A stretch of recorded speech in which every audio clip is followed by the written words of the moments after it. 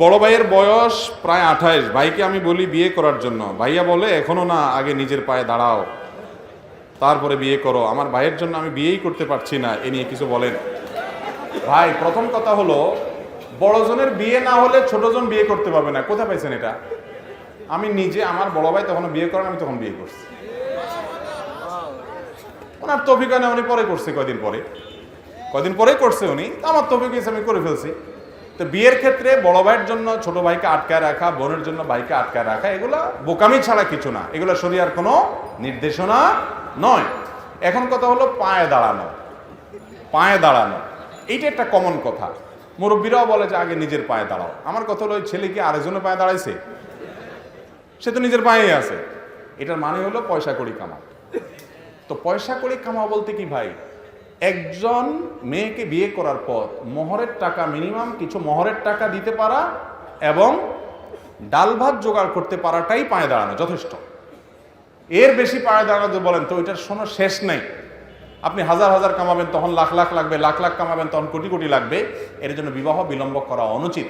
বিবাহ বিলম্ব করলে ফিতনা তৈরি হয়, জিনার দ্বার উন্মুক্ত হয়। বাবা মারা যদি অবহেলা করেন, সন্তান সন্ততি তাদের অজান্তে গুনাহে লিপ্ত হন, তার দায়ভার অবশ্যই তাদের উপরও বর্তাবে, আর সন্তান তো অপরাধী হবে।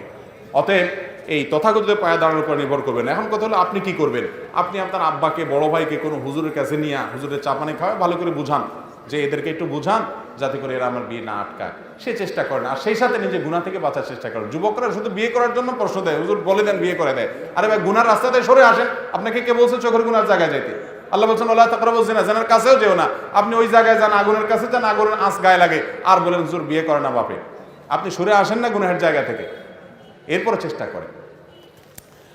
ইসলাম ধর্মে জাতি গোষ্ঠীর কোনো পার্থক্য আছে কি? কোরআনের আলোকে জানতে চাই। গোষ্ঠীগত পার্থক্য ছোট বড় আছে কিনা?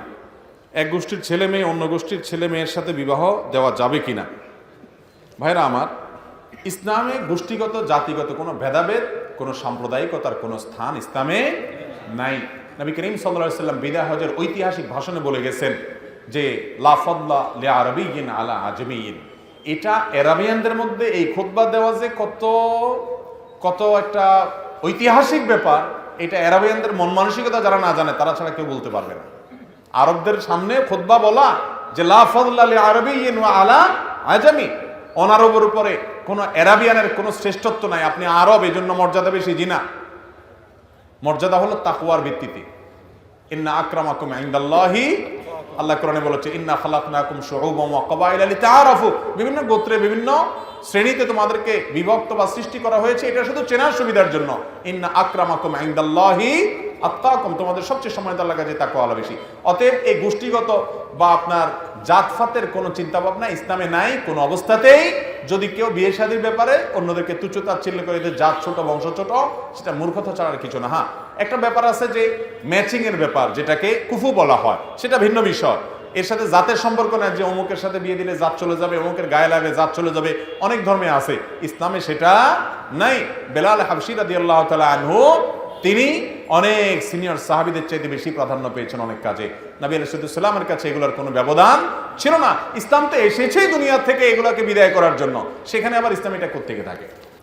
বিভিন্ন কবিরাজ হাত দেখে চিকিৎসা করে, এটা ঠিক কিনা?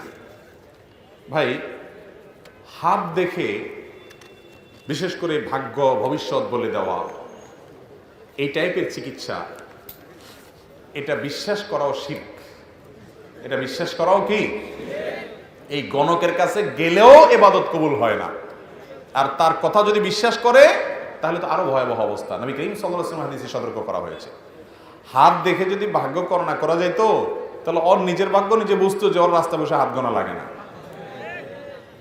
অতএব এই সমস্ত অযৌক্তিক, অবৈজ্ঞানিক এবং কোরআন এবং সুন্নাহর সাথে মিলে না এই ধরনের বিষয় একজন ইমানদার বিশ্বাস করবে। তবে হাতে বিভিন্ন রকমের ম্যাসাজ করে, আপনার আকুপ্রেশার, তারপর আকুপাঞ্চার, বিভিন্ন রকমের ট্রিটমেন্ট আছে যেগুলো নার্ভের সাথে সম্পর্ক আছে, ওখানে ম্যাসাজ করে ট্রিটমেন্ট করে, সেটা তো ভিন্ন বিষয়, সেটা তো নাজায়েজ হওয়ার কারণ নাই। কিন্তু হাত দেখে গণনা করে তারপরে যা ট্রিটমেন্ট করা অথবা ভাগ্য ঠিকঠাক করে দেওয়া,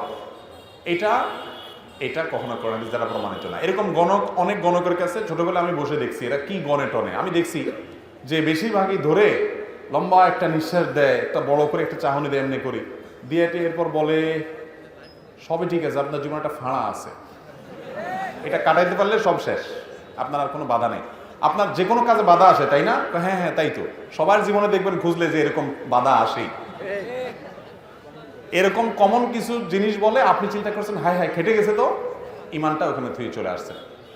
মুসলমান এত ঠুনকো তাওহীদওয়ালা হলে সে কিসের মুসলমান? আল্লাহ রাব্বুল আলামিন তিনি একমাত্র আলিমুল গায়ব, তিনি আলিমুল গায়ব, তিনি একমাত্র ভবিষ্যৎ সম্পর্কে জানেন, আর কেউ বলতে পারে না। অতএব এগুলোর প্রতি বিশ্বাস একজন ইমানদারের থাকবে না, জায়েজ না এই সমস্ত ট্রিটমেন্ট নেওয়া।